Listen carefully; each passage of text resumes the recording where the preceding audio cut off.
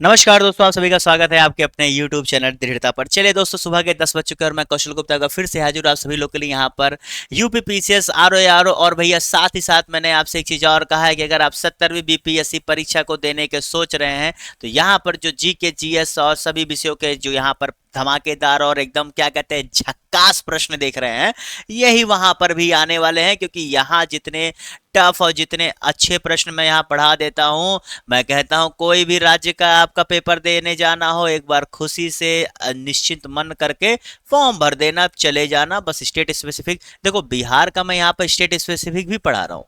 अभी शाम को 4 बजे आपको क्लास भी देखने को मिलेगी। जी भैया, आज शाम को 4 बजे आपको इसकी क्लास भी देखने को मिलेगी। इसकी एक क्लास हो चुकी है, ये दूसरी क्लास होने वाली है। ठीक है, तो वो चीजें भी आपको यहीं पर मिल रही हैं। तो इसीलिए कह रहा हूँ चैनल को सब्सक्राइब कर दो, तैयारी आपके सामने है, तैयारी करते रहो। बाकी रात को मेरी कोशिश होगी कि रोज रात को 11 बजे एक बार मैं लाइव आ करके, ठीक है, आपको स्ट्रेटजी वाले जो चीजें, स्ट्रेटजी कैसे होनी चाहिए, क्या होनी चाहिए, उस पर जो है 10-15 मिनट की चर्चा किया करूंगा। ठीक है, तो डेली स्ट्रेटजी के बारे में रात को 11 बजे एक बार जो है चर्चा किया करूंगा।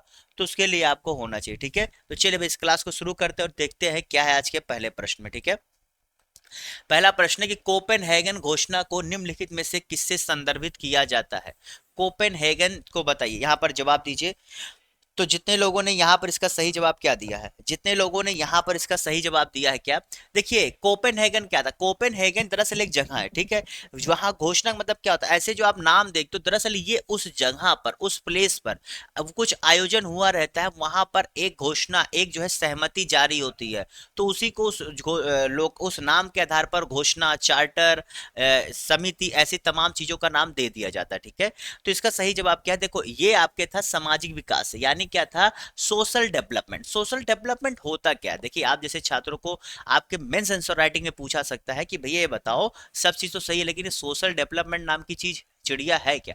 सोशल डेवलपमेंट का मतलब होता है कि समाज का प्रत्येक नागरिक, उसे उसकी आधारभूत सुविधा मिले, उसे उसके जीवन निर्वाह के लिए जो भी चीजें जरूरी है, उसे गरीबी से निकाला, जैसे जल की सुविधा दी जाए, उसे न्याय मिल सके, हर वो चीज, उसे सही सड़क मिल सके, हर वो चीज जो सामाजिक विकास से संबंधित है, मतलब उसके जीवन के, एक समाज के निर्माण के लिए जरूरी है, वो हर चीज आपके सामाजिक विकास का एक क्या भाग होता है। ठीक है, ये चीज आपको पता होना चाहिए। देखिए 1995 में जो है यूनाइटेड नेशन ने इसे जो है स्वीकारा था।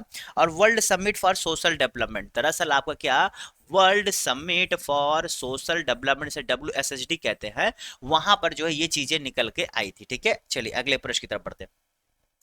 गन्ने की उचित एवं लाभप्रद कीमत को निम्नलिखित में से कौन अनुमोदित करता है, बताइए। आर्थिक मामलों की मंत्रिमंडलीय समिति, कृषि लागत कीमत आयोग, चलिए बताइए। बहुत ही अच्छा प्रश्न है। यहाँ पर आप लोग पता है ये कहते हैं, ये प्रश्न आपको पता है क्या बताएगा कि आप कितना वास्तव में न्यूज को जो फॉलो करते हो, जो आप देखते हो, करंट अफेयर्स होता नहीं है, करंट अफेयर्स में आप देखा करो संडे को, तब आप लोग को समझ में आएगा कि कितना करंट अफेयर्स पढ़ना जरूरी है। ऐसे प्रश्न आपको यही बताते हैं, है स्टेटिक चीज, लेकिन करंट अफेयर्स आपकी इन गलतियों पर क्या डालता है, प्रकाश डालता है और आपको अच्छा करता है। देखिए यहां पर कह रहा है अनुमोदित करता है। अनुमोदन की जब बात आएगी तो वो आर्थिक मामलों की भैया मंत्रिमंडलीय समिति, आप समझिएगा। जैसे कृषि लागत एवं कीमत आयोग, ये क्या करता है, ये सिफारिश करता है। ठीक है, ये सिफारिश करता है कि इसका इतना रख दो। दरअसल आपको पता है गन्ने के लिए FRP आता है, फेयर प्राइस, फेयर प्राइस आता है। ठीक है, वहीं आपका MSP आता है आपके अन्य चीजों के लिए, जैसे दाल, क्या नाम है, धान गेहूं, इन सब के लिए आपका क्या आता है, MSP आता है। ठीक है, चाबी,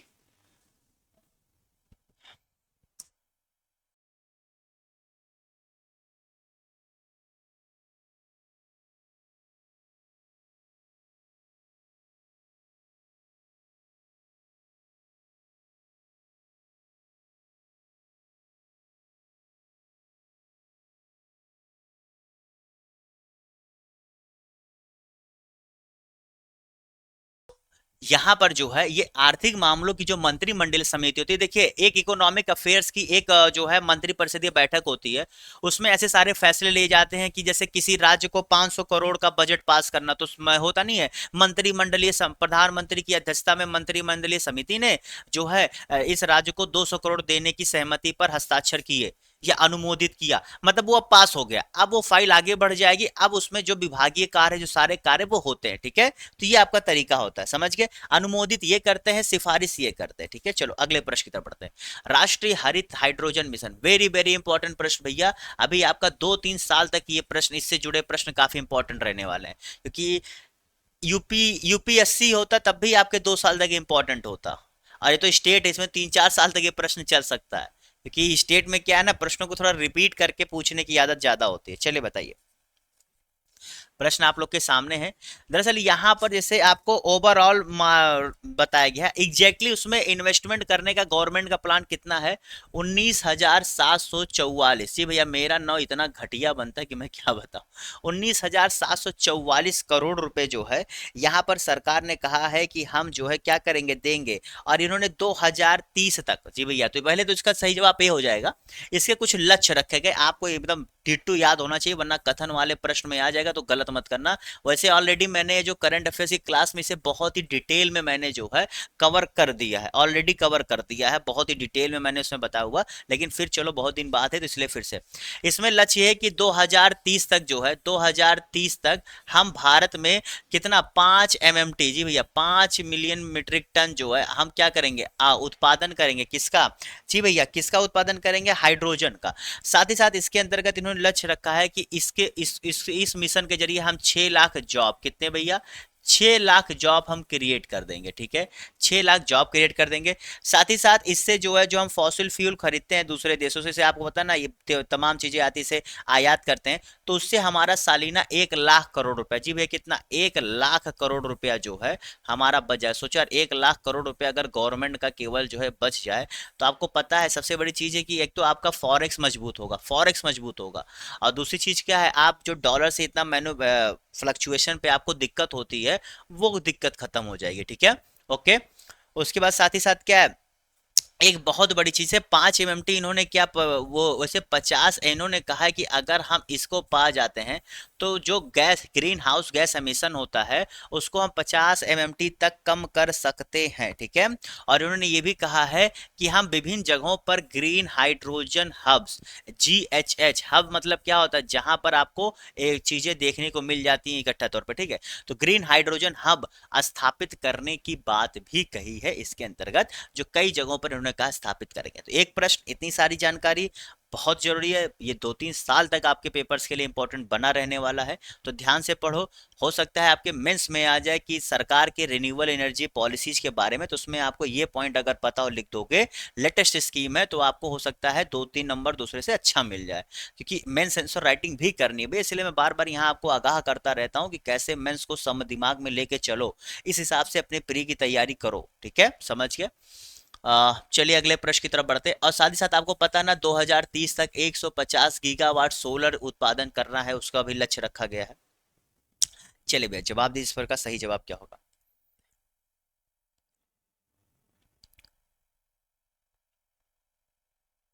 तो भैया स्किल इंडिया अंतरराष्ट्रीय केंद्र भैया कितने, 30 की बात की है, 30 केंद्र स्थापित करने की बात की गई है। दरअसल अभी आप यूपी के संबंध में एक चीज पे स्पेशल चीज बता देना चाहता हूँ। वाराणसी में जो है एक केंद्र की स्थापना करने की बात कही गई है, जिसे जो है कई सारे लोग मिल करके स्थापित करेंगे। उनमें से जैसे आपका डीपी वर्ल्ड हो गया, ठीक है। पहली बात तो जो वाराणसी में किया गया है वो आपके यूएई, जी भैया यूएई। दरअसल इसमें हुआ क्या है, सरकार ने ये कहा है कि हम ऐसे स्किल इंडिया इंटरनेशनल केंद्र स्थापित करेंगे, जिसका लक्ष्य ये होगा कि भारत में आपको पता है मैन पावर बहुत है, फॉरेन में जा करके क्या होता है, इसी मैन पावर का यूज करना। जैसे आप देखते हैं आज भी इंडिया में रेमिनेंस का बहुत पैसा आता है, और इंडिया में सबसे ज्यादा रेमिनेंस भेजने वाले देशों में इंडिया पहले नंबर पर है, ठीक है। तो वो क्यों होता है, क्योंकि हमारे पास मैन पावर, इसके बस स्किल कम है, बाकी मैन पावर की कमी नहीं है। तो गवर्नमेंट इस चीज को अच्छे से समझ रही है, इसीलिए क्या है, यहाँ पर लोगों को स्किल करने की जो है तैयारी की जा रही है, कि अगर हम उन्हें अच्छे से स्किल्स कर सके, जिससे पर्टिकुलर, अब जैसे यूएई के में जो है अगर हमें लोगों को भेजना है, तो हम यूएई के एक पर्टिकुलर हिसाब से हम उन्हें स्किल्स करेंगे कि जैसे यूए में किस चीज़ का मतलब जो है मार्केट है, वहां पर यहाँ के लोग जाकर के क्या करते हैं, किन चीज़ों में उन्हें जो है शिक्षा दीक्षा देने की जरूरत है। तो ये चीज़ों के आधार पर एक टारगेटेड अप्रोच के थ्रू एक जो है क्या कहते हैं हमारे मैन पावर को यूटिलाइज करना, जिससे हमारे देश का रेवेन्यू आ सके। साथ ही यहाँ पर देखो हर गवर्नमेंट के लिए बेरोजगारी कम करना बहुत बड़ी मुद्दा होती है। अगर नहीं समझ में आया तो इस बार का लोकसभा चुनाव देख लो, ठीक है। चलिए अगले प्रश्न की तरफ बढ़ते हैं। व्यक्तिगत जो आयकर व्यवस्था है इसमें स्लेबों की संख्या कितनी कर दी। चलिए ये तो 2023-24 का पूछ रहा है, अब तो 24-25 का भी आ चुका है। और देखो भैया 2024-25 का बजट हो चाहे इकोनॉमिक सर्वे हो, मैंने इस पर ऑलरेडी वीडियो बना के डाला हुआ है, मेरे वीडियो सेक्शन में जाकर के देख लो। बार बार कह रहा हूँ डायरेक्ट बेस प्रश्न यहीं से आते हैं, आप जाकर के वीडियो सेक्शन में देख लो। बहुत अच्छे प्रश्न है भैया, वहां चुनिंदा प्रश्नों को पूरा मैंने वहां पर खत्म कर दिया, ठीक है। तो जितने लोगों ने इसका सही जवाब क्या दिया, पहले 6 थी जो घटा करके 5 हो गई। देखो अभी 2024 का मैं बता देता हूं क्या है। एक तो 0% है, फिर उसके बाद आपका कौन सा है 5% है, फिर आपका कितना है भैया 10% है, फिर कितना प्रतिशत है 15%, ठीक है। तो 5, 10, 15, ठीक है। उसके बाद आपका पांचवा कौन सा है 20%। 0 से 3 लाख वाले पे आपका कितना 0% ब्याज है, ठीक है, समझ गए, क्लियर। चलो अगले प्रश्न की तरफ बढ़ा जाए। अगला प्रश्न है यहाँ पर कि इससे जी भैया इसे क्या कहते हैं स्पेशल इकोनॉमिक जोन्स, इसके संदर्भ में सत्य कथन क्या है आपको बताना। चलो बताओ भैया सत्य कथन क्या है, जवाब दीजिए, बताइए। पहला, दूसरा, तीसरा, चौथा, बताइए क्या सत्य कथन है।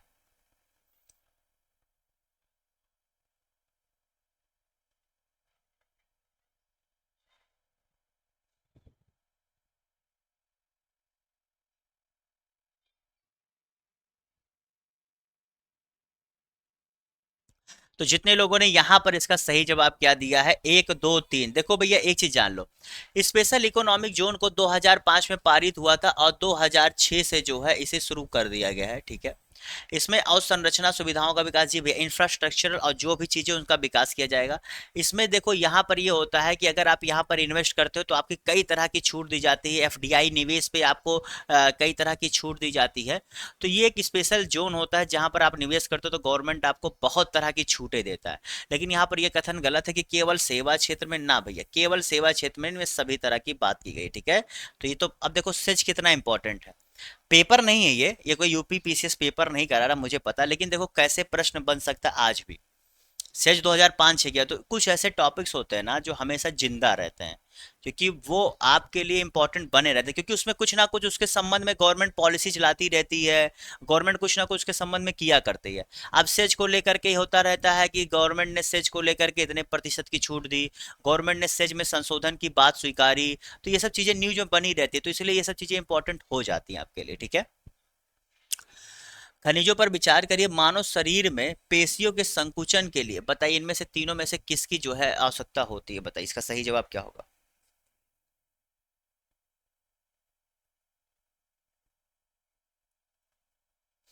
तो जितने लोगों ने क्या जवाब दिया डी, 1, 2, 3, जी भैया तीनों की जरूरत है। देखिए कैल्शियम का तो मुझे कुछ बताने की जरूरत है नहीं, और लोहा तो भैया चाहिए ही।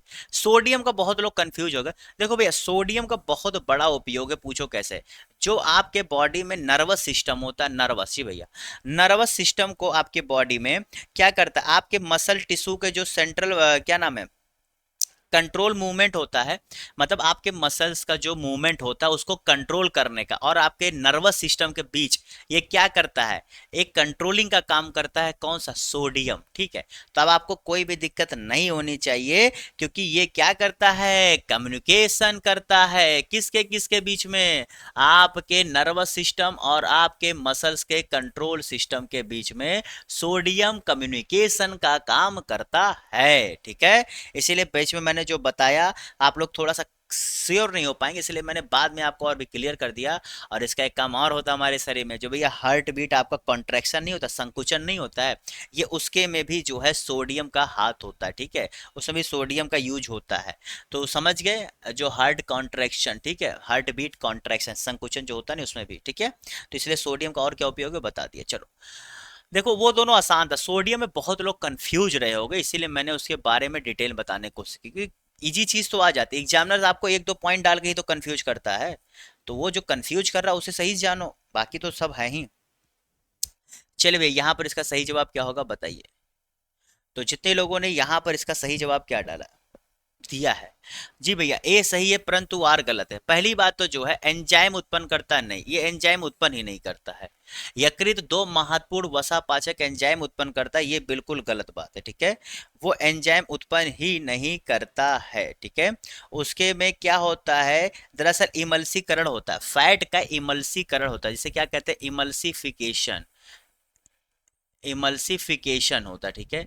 इमल्सिफिकेशन में हम क्या करते हैं, जो आपकी बॉडी में फैट होता है उसे छोटे छोटे टुकड़ों में विभाजित कर देते हैं। जो एंजाइम क्या करता है, जिससे एंजाइम आपके जो है पाचन क्रिया में उसको सहायक सिद्ध होता है, ठीक है। तो एंजाइम को आसान करने के लिए जो है ये इमल्सिफिकेशन होता है, जो क्या करता है, आपके फैट को छोटे छोटे भागों में, ड्रॉपलेट्स में क्या करता है, ब्रेक कर देता है, ठीक है। क्लियर। अगले प्रश्न की तरफ बढ़ते हैं। अगला प्रश्न है आपका यहाँ पर, यदि केशिकत्व की परिघटना नहीं, यानी कैपिल, इसे अंग्रेजी में क्या कहते हैं, बहुत लोग केशिकत्व से नहीं समझते, लेकिन इसे समझ लीजिए कैपिलरी, ठीक है। अब आप लोग समझो कैपिलरी का मतलब क्या होता है, ठीक है। तो बताइए, अगर घटना नहीं होती तो क्या चीज, एक दो तीन चार, इन चारों में से क्या चीज नहीं हो पाता, बताइए इसका सही जवाब क्या है।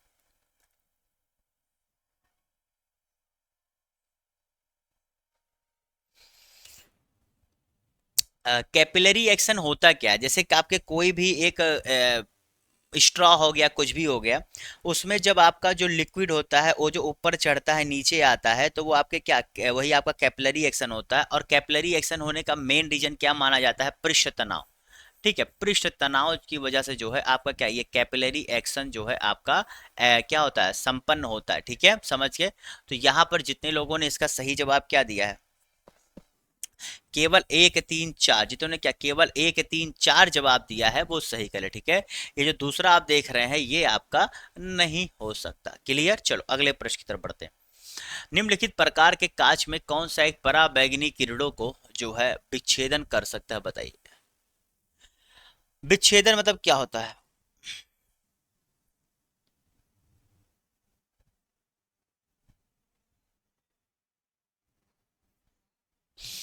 तो भैया इसका सही जवाब क्या है, क्रुक्स कांच। जी भैया, क्रुक्स कांच जितने लोगों ने जवाब दिया है वो सही कर ले। देखो होता क्या है, इसमें आपका सोडा, लाइम, सिलिका, ठीक है, ये जो है आपका सोडा, लाइम, सिलिका, ये सारी चीज़ों का जो है इसमें मिश्रण होता है। लेकिन इसमें जो सबसे इंपॉर्टेंट चीज़ होती है, जो इसे जो है पराबैंगनी के लिए बहुत ही ज़्यादा क्या इफेक्टिव बनाता है, वो होता है सीरियम। जी भैया, सीरियम। सीरियम एक है जो आपके क्या है, जो आपके सीरियम ऑक्साइड इसमें मिला है, तो सीरियम होता है लेकिन सीरियम ऑक्साइड मिलाया जाता है, जो आपके पराबैंगनी किरणों को क्या करता है, उसको जो है हानिकारक होने से बचाता है। और आपके सन ग्लासेज बनाने में, जी भैया, सन ग्लासेज बनाने में भी आपके जो है ये क्रुक्स कांच का प्रयोग किया जाता है, ठीक है। क्लियर। चलो अगले प्रश्न की तरफ बढ़ा जाए। अगला प्रश्न क्या कर रहा है, बताइए इसका सही जवाब क्या होगा। कार्बन का अपरूप नहीं है। अब अपरूप का मतलब क्या, आइसोटोप्स, ठीक है। अब देखो भाई, अगर क्लास अच्छी लग रही हो, 10 प्रश्न यहाँ पर हो गए, क्लास अच्छी लगी तो फटाक से लाइक ठोक दो, ठीक है। क्योंकि बार बार कह रहा हूँ, चीज़ों को उतना डिटेल में, उतनी चीज़ें जो आपके लिए जरूरी है पढ़ाई जाती। आप मेरी आज ये 72वीं क्लास है, आप कभी भी देख लेना, एकदम टू द पॉइंट, केवल क्लास होती है, क्लास खत्म होती है, कोई फालतू की बातचीत नहीं। ये मेरी आदत रही है शुरू से, ठीक है। थोड़ा सा बात अलग हो जाए वो अलग है। लेकिन यहाँ जितने भी छात्र हैं, सबसे एक ही चीज़ रिक्वेस्ट है कि पढ़ाई पर ध्यान दे दो। समय बहुत कम होता जा रहा है। आज हम लोग 15 अगस्त को ख़त्म करके 16 अगस्त में बढ़ गए हैं। 27 अक्टूबर को आपका पेपर है। अगर अगस्त सितंबर देखा जाए, अक्टूबर, तो 2 महीने और मुश्किल से 11 दिन, तो 10 दिन, मतलब 2 महीने 10 दिन, यानी कि आपके गिन के पास 71 दिनों की आपके पास समय बचा है। कितना, 71 क्यों, हाँ, 71 72 दिन से ज़्यादा आपके पास समय नहीं बचा है।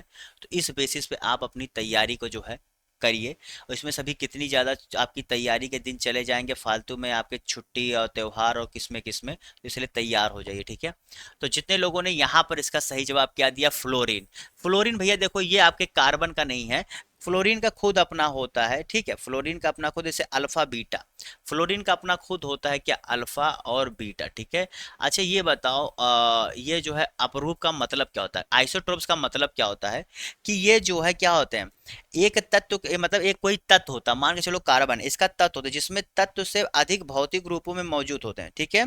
मतलब एक तत्व होता है जिसमें जो कई सारे तत्व होते हैं, वो तत्व होते हैं, वो क्या होते हैं, एक से अधिक भौतिक रूप में मौजूद होते हैं, जिनके रासायनिक गुण तो समान होते हैं लेकिन भौतिक गुण भिन्न होते हैं। जैसे कार्बन का एग्जांपल ले लो, हीरा, फ्लोरीन, ग्रेफीन, ग्रेफाइट। अब देखो ये सब है कार्बन के ही क्या, अपरूप है, ठीक है। लेकिन देखो इनकी अपनी अलग अलग क्या होती है, इनकी अपनी अलग अलग फिजिकल प्रॉपर्टीज होती है, ठीक है। रासायनिक तौर पर क्या ये कार्बन के ही पार्ट है, लेकिन अपनी फिजिकल प्रॉपर्टीज इन लोग की अपनी अलग अलग होती है, ठीक है। समझ गए, चलो अगले प्रश्न। एक नाभिकीय रिएक्टर में भारी जल का क्या कार्य होता है, बताइए। बहुत ही आसान प्रश्न है, इसमें कुछ बताऊंगा ही नहीं भैया। एक लोग आप लोग पढ़े होंगे क्या, भारी जल का काम जो है मंदक की तरह होता है। तो मंदक क्या करता है, मंदक और त्वरित त्वरण क्या करता है बताओ। मंदक धीमा करता है, त्वरण तेज करता है। तो इतने आसान सा प्रश्न का सही जवाब क्या होगा, न्यूट्रॉन की गति को कम करना, ठीक है। चलो अगले प्रश्न की तरफ बढ़ते हैं। किसे स्ट्रेंचर गैस, स्ट्रेंचर स्ट्रेंजर होगा शायद, स्ट्रेंजर गैस के रूप में जाना जाता है, बताइए। दरअसल भैया सही बताऊं तो इसका जो नाम है ना, इसका नाम का मतलब ही वही होता है, ठीक है। तो इसका सही जवाब क्या है आपका, जीनॉन। जी भैया, जीनॉन इसका नाम है, स्ट्रेंजर गैस के नाम से जाना जाता है। ये जो है हवा से ज्यादा भारी होता है, हैवियर देन एयर, और बहुत ज्यादा अनरिएक्टिव होता है। मतलब ये रिएक्टिव बहुत कम होता है, अनरिएक्टिव ये बहुत होता है, ठीक है। एक चीज आपका ये होना चाहिए। और ये देखो ऐसा नहीं है, ये ऑक्सीजन और फ्लोरीन, अभी मैंने आपको फ्लोरीन बताया था, तो ये ऑक्सीजन और फ्लोरीन से जैसा नहीं है कि किसी से नहीं करता, ऑक्सीजन और फ्लोरीन से ये अपना क्या रिएक्ट करता है, लेकिन लेकिन अन्य सारी चीज़ों से ये रिएक्ट नहीं करता, इसलिए क्या वेरी अनरिएक्टिव इसे कहा जाता है। ऐसा नहीं कि टोटली अनरिएक्टिव, नहीं, वेरी अनरिएक्टिव, मतलब बहुत सारी चीज़ों से ये रिएक्ट नहीं करता है, ठीक है। ओके, इसीलिए इसे जो है एक लैंप में रखा जाता है, ठीक है, समझ गए इस गैस को। तो ये स्ट्रेंचर गैस के नाम से जाना जाता है। चलिए अगले प्रश्न की तरफ बढ़ते हैं। किस एक में रजत नहीं होता, मतलब सिल्वर कंटेंट इन चारों में से किस में नहीं होता। नाम से सारी जो है आपको देख के क्या लग रहा होगा कि ये जो है कहीं ना कहीं सिल्वर होंगे, ठीक है, बताइए। अब ये प्रश्न में इतने इतने इतना बेफालतू तरीके से सब गलती करेंगे, इतना बेफालतू तरीके से, जिसका मुझे अंदाजा अभी से हो गया। क्योंकि क्या होता है ना, होमवर्क करके जाते नहीं है, सही से पढ़े नहीं रहते हैं, और इतने आसान से प्रश्न को इतना गलत करके आ जाएंगे, इसका जवाब नहीं है। चलो मैं फार्मूला बता देता हूँ, आप लोग समझ लेना। हॉर्न सिल्वर का होता है AgCl, ठीक है। ओके, उसके बाद आपके जर्मन सिल्वर को आपको क्या क्या कहते हैं, निकिल सिल्वर भी कहते हैं, ठीक है, निकिल सिल्वर भी कहते हैं। इसमें तांबा निकिल जिंक होता है, तांबा निकिल और जिंक होता है, ठीक है। इसमें आपका क्या होता है, इसमें आपका सिल्वर पाया ही नहीं है, तो सही जवाब इसका तो यही है। बाकी रूबी सिल्वर का मैं आपको बता दूं क्या होता है, Ag2S। देखो क्या होता है यहाँ पर, Ag2S, उसके बाद क्या, S, ठीक है। ये आपका फार्मूला हो गया इसका। और लूनर कास्टिक, लूनर कास्टिक का भी देख लो, AgNO3, ठीक है। बहुत लोग जो है यहाँ पर सिल्वर नहीं लिखा था, तो इसी को सोच रहे होंगे कि यही होगा। अगर थोड़ा सा भी दिमाग, जर्मन सिल्वर इतना नाम में रहता करे होगे तो गलत नहीं करते। चलो फार्मूला इसलिए बता दिया, लिख लेना कि जिंदगी में प्रश्न है आज यार, स्टेट एग्जाम्स में यही तो फायदा होता है, ज़्यादा प्रश्नों के साथ खेलता नहीं है। जो थोड़े प्रश्न अच्छे होते हैं उनको रिपीट करके पूछ लेता है, उसमें थोड़ा घुमा कर पूछ लेता है, या फिर आपको जितना फार्मूला बता दिए इसी फार्मूले में से एक दो में से पूछ लेगा कौन सा है कौन सा नहीं है। इतना अगर सही से पढ़ लोगे तो इसी में से जवाब दे दोगे। स्टेट एग्जाम्स में इतना टेंशन नहीं होता है, लेकिन बच्चे पता है फालतू का केवल PhD करने के चक्कर में अपनी ज़िंदगी खराब कर देते हैं। ये भी पढ़ लो बेटे यार, इजी चिल होके पढ़ो, प्रैक्टिस चीज का, मैंने कहा ना रोज सुबह प्रैक्टिस क्लास कर लिया करो, और बाकी जो क्लासेज आती कर लिया करो। बाकी तुम्हारे पास जो नोट्स है, एक बार जो तुमने मेहनत करके नोट्स बना लिया, उस नोट्स पर अपने जो है यकीन करो बस, और करंट अफेयर्स पढ़ते रहो, और बहुत कुछ मत तैयारी करो यार। रोज नया नया ये पढ़ लें वो पढ़ लें, केवल कंफ्यूज करोगे अपने आप को, और तैयारी रिवीजन की जगह रोज नया पढ़ते रहोगे तो कब रिवीजन करोगे। तो जितने लोगों ने यहाँ पर इसका सही जवाब क्या दिया, तो भैया जितने लोगों ने यहाँ पर इसका सही जवाब क्या दिया है, बी। जी भैया, केवल 3। देखो भैया जो आपका दूध आस्कंदन है, ये आपका क्या रासायनिक परिवर्तन का उदाहरण है, ठीक है। बाकी ये क्रिस्टलन और बर्फ का गलना, ये आपका फिजिकल प्रॉपर्टीज होता है, किसी का फिजिकल भौतिक गुणों में परिवर्तन होता है, ठीक है। दूध क्या होता है, आपका रासायनिक परिवर्तन का लक्षण है। इतना आसान सा प्रश्न था, बताओ दूध का दही बनना क्या होता है, रासायनिक परिवर्तन होता है, भौतिक परिवर्तन होता है, ऐसे आप समझ लो। स्वचालित वाहनों में द्रव चालित ब्रेकों का इस्तेमाल जो है किया जाता है, बताइए इसका सही जवाब क्या होगा, फटाफट बताइए। हेलो।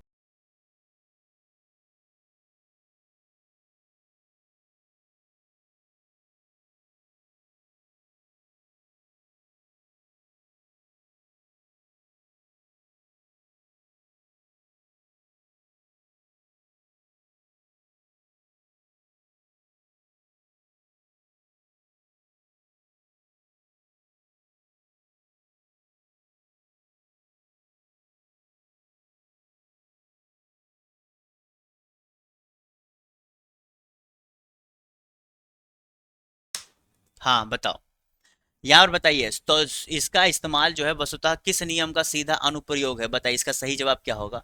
तो देखो भैया, आपको पता है पास्कल का नियम था, पास्कल जी ने नियम दिया था, उन्होंने ये कहा था कि मान के चलो किसी एक बंद इनक्लोज में, मतलब ऐसे कोई है, अगर हम यहाँ पर जब भी कोई प्रेशर लगाएंगे तो ये द्रव जो है आपके इसके जितने भी सभी जगहों पर, यानी कि जितने भी जहां पर ये द्रव आपके जो है जाएगा, वहां पर एक समान प्रेशर क्या है, एक समान दाब जो है आपका लगाएगा, ठीक है। तो इसी आधार पे आपका ये जो है द्रव चालित से क्या कहते हैं, हाइड्रोलिक, ठीक है, ब्रेक आपका जो है काम करता है। और ये देखते हो ये बहुत सेफ भी होता है और अच्छा भी होता है, ठीक है। तो बात जो समान रूप से संचालित होता है और संतुलन मतलब होता ही है, ठीक है। लेकिन इसमें ये भी कहा गया था कि इसमें गुरुत्वीय प्रभाव को नगण्य, यानी कि जो आपका क्या कहते हैं ग्रेविटी आपका जो इफेक्ट है उसको यहाँ पर जीरो माना जाता है, ठीक है। ये चीज आपको पता होना चाहिए। अगले प्रश्न की तरफ बढ़ते हैं। बायोस का विस्तृत रूप क्या है, चलिए बताए भैया ये क्या है। चलो मैं इसका काम बता देता हूं। जैसे ही आप अपने सिस्टम को ऑन करते हैं, मैं लैपटॉप की बात कर रहा हूं या कंप्यूटर की, जैसे ही आप उसे ऑन करते हैं वैसे ही सबसे पहले इसी का फंक्शन आता है। ये पहले क्या करता है, सब चीज़ों को देखता है सही है कि नहीं है। जब सब सही होता है तब ये ऑपरेटिंग सिस्टम को रैम में भेजता है, तब रैम उसको, इसलिए आप देखते हैं जब भी आपका सिस्टम ऑन होता है तो पहले 10 सेकेंड 15 सेकेंड आपका जो है थोड़ा सा टाइम लेता है, ठीक है, तब वो पूरा फुल्ली आपके सामने उठ कर आता है, क्योंकि उस समय वो बायोस अपना काम कर रहा होता है। और इसका होता है बेसिक इनपुट आउटपुट सिस्टम, ठीक है, बेसिक इनपुट आउटपुट सिस्टम, समझ गए, क्लियर। चलो अगले प्रश्न की तरफ बढ़ते हैं। सर्वाधिक संख्या में समस्थानिक किसमें पाया जाता है, चलो बताओ। आइसोटोप्स, जी भैया आइसोटोप्स की यहाँ बात हो रही है, बताइए सबसे ज्यादा किसमें पाया जाता है, इनमें से बताइए। वैसे एग्जैक्टली देखा जाए तो सबसे ज्यादा मरकरी में पाया जाता है, जो आपके 45, कितने भैया 45 समस्थानिक पाए जाते हैं। लेकिन उसके अलावा अगर आपसे इस प्रश्न में पूछा जाए तो सबसे ज्यादा किसमें पाए जाते हैं, तो इस प्रश्न में भैया सबसे ज्यादा आपका पाया जाता है किसमें, सीजीएम में। जी भैया सीजीएम में आपके पाया जाता है। दरअसल आपके जीनॉन और सीजीएम, अभी मैंने आपको जीनॉन बताया, जीनॉन और सीजीएम में आपके 36 समस्थानिक पाए जाते हैं, कितने, 36 समस्थानिक आपके जो है पाए जाते हैं, ठीक है, समझ गए।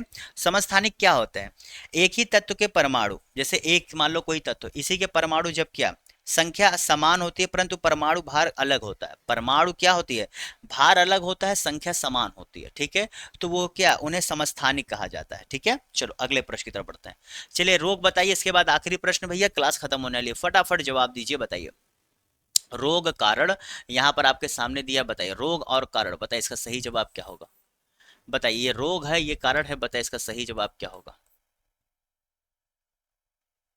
कितना आसान है यार, अगर तुम लोग सही से मिलान करना चाहो, देखो तुम्हें इसमें कोई डाउट नहीं कि डी का वन होगा, डी का वन होगा। चलो तो डी का वन कहाँ दिया, ए और डी में दिया, बी और सी हटाओ, पहले हटा दो, बिना कुछ कहे आपको हटा दो, ठीक है। उसके बाद आप देखो यहाँ पर पोलियो पेचिस पी लिया, अब तुम्हें इसमें से किस में एकदम कंफर्म है, तो तुम पोलियो को लेकर के एकदम कंफर्म हो ना, क्योंकि पोलियो इतना पढ़े हो कि कभी भूल ही नहीं सकते, ठीक है। तो पोलियो भैया किसके, विषाणु के कारण होता है, किसके कारण, विषाणु के कारण होता है। तो यहाँ पर इसका क्या हो जाएगा आपका, वायरस। अब देखो ए का तीन, ए का तीन कहाँ दिया, केवल ए में दिया, तो यही आपका सही जवाब हो जाएगा भैया। जो आपका डी चांस हो सकता था वो भी कैंसिल हो गया, हमें दो पता था, बाकी आपका यहीं से बन जाता है 2 और 4। बाकी अगले प्रश्न की तरफ बढ़ते हैं, जो है आज का आखिरी प्रश्न, और बताइए। और भैया देखो हर संडे को करंट अफेयर्स स्पेशल क्लास चलती है, शाम को 4 बजे आप लोग की सब्जेक्टिव क्लास या बिहार स्पेशल क्लास चलाई जाती है। तो ये सारी चीज़ें आपको इसी चैनल पर देखने को मिल रही है, तो चैनल को सब्सक्राइब जरूर कर लिया करें। और हाँ, अगर आपको किसी प्रकार की दिक्कत हो तो आप जो है 7905095134 इस पर जो है आप जरूर से जरूर क्या करें, मैसेज कर दिया करें। मेरा व्हाट्सएप नंबर है, जहां पर आपको तैयारी संबंधित कोई भी दिक्कत हो तो आप मुझे यहाँ पर मैसेज कर सकते हैं, मैं वहां पर आपके लिए हमेशा उपलब्ध रहता हूँ, आपकी किसी भी प्रकार की सहायता करने के लिए। तो जितने लोगों ने यहाँ पर इसका सही जवाब क्या दिया है भैया, बहुत ही आसान सा जवाब है, जितने लोगों ने क्या यहाँ पर ए जवाब दिया है, मेथेन और उच्चतर हाइड्रोकार्बन्स। अभी हाइड्रोकार्बन्स में आपके सब आ जाते हैं, CO2 और आपके जितने भी नाइट्रोजन, हाइड्रोजन सल्फाइड, ये सब जो देखते हो ना, ये सब आपके जो है इन्हीं सारी चीज़ों में आ जाते हैं, ठीक है। तो ये बहुत ही आसान सा प्रश्न था, इसे अगर गलत करे हो तो फिर एक बार सोचना है, मनन करना है कि क्या तुम तैयार हो, क्या तुम इस साल पेपर देने लायक हो, अगर दे रहे हो तो क्या पास होने लायक हो। ये सारी चीज़ों का मनन किया करिए, क्योंकि फिर कहता हूँ आकलन जिस दिन करना छोड़ दोगे उस दिन सारी मेहनत जो है तुम लोग करके भी रिजल्ट में परिवर्तित नहीं कर पाओगे। जब तक रिजल्ट नहीं परिवर्तित होगा आप लोग की सारी पढ़ाई बेकार है, क्योंकि एंड में आपका रिजल्ट मैटर्स। एक लाइन जिंदगी में जान लो, एंड में क्या है, रिजल्ट मैटर्स। इसके अलावा सारी चीज़ें केवल क्या है, दिखावा है। क्योंकि आप कितनी मेहनत करो, रिजल्ट नहीं दोगे तो अगला यही समझेगा कि तुम अय्यासी करते थे, तुम टाइम पास करते थे, तुम लोगों को गुमराह करते थे। तो इस बात के साथ यहीं पर अपनी इस क्लास को समाप्त करता हूँ। उम्मीद करता हूँ कि आप लोग जरूर जरूर इस चैनल को सब्सक्राइब करेंगे, लाइक करेंगे, और हाँ, शेयर जरूर कर दिया करो। अगर आपको क्लास अच्छी लगती है तो आप शेयर जरूर कर दिया करो अपने दोस्तों के साथ, क्योंकि शेयर करने तो ज़्यादा अच्छा होगा। क्यों? क्योंकि जो है इससे कम से कम और लोग भी मेरे इस चैनल से जुड़ेंगे, जानेंगे कितना अच्छा और कितने बारीक से यहाँ पर पढ़ाया जाता है, ठीक है। मैं बहुत बड़ी क्लास नहीं लाता हूँ, क्योंकि मुझे पता है अब समय है आपको ज़्यादा पढ़ने का, तो इसलिए लेकिन आपको डेली उस चीज़ की मैं खुराक देता हूँ जिससे आप अपने आप को आकलन करते रहे, आप तैयारी करते रहे, और जो नहीं जानते वो जाने। केवल वो खुराक में देता हूँ, बाकी बार बार कहता हूँ कि अंत में आपको अपने से करना है। कुछ लोग कहते हैं कि बिना यूट्यूब के भी हम पढ़ सकते हैं। देखिए, इंसान बिना किताबों के भी, जिनके पास किताब नहीं होती वो कहीं से मांग के पढ़ लेते हैं। तो पॉसिबल सब कुछ है, लेकिन एक यूट्यूब आपको क्या करता है ना, आपकी दिशा को सही करता है, एक गाइडेंस होता है। किताबें तो आपको सिखाती हैं, लेकिन मतलब बताती हैं, लेकिन सिखाने काम जो है एक टीचर करता है। तो सिखाने काम एक यूट्यूब चैनल पे आप जब पाओगे, एक अच्छा अगर गुरु होगा, आप समझेगा, तो आपको वो गाइडेंस कर देगा, ठीक है। तो चलो साथ, bye bye, tata, see you. फिर मिलेंगे आप सभी से, तब तक के लिए good bye, have a good day, bye bye, tata, see you. और सब्सक्राइब और शेयर जरूर से जरूर कर दें। बाय।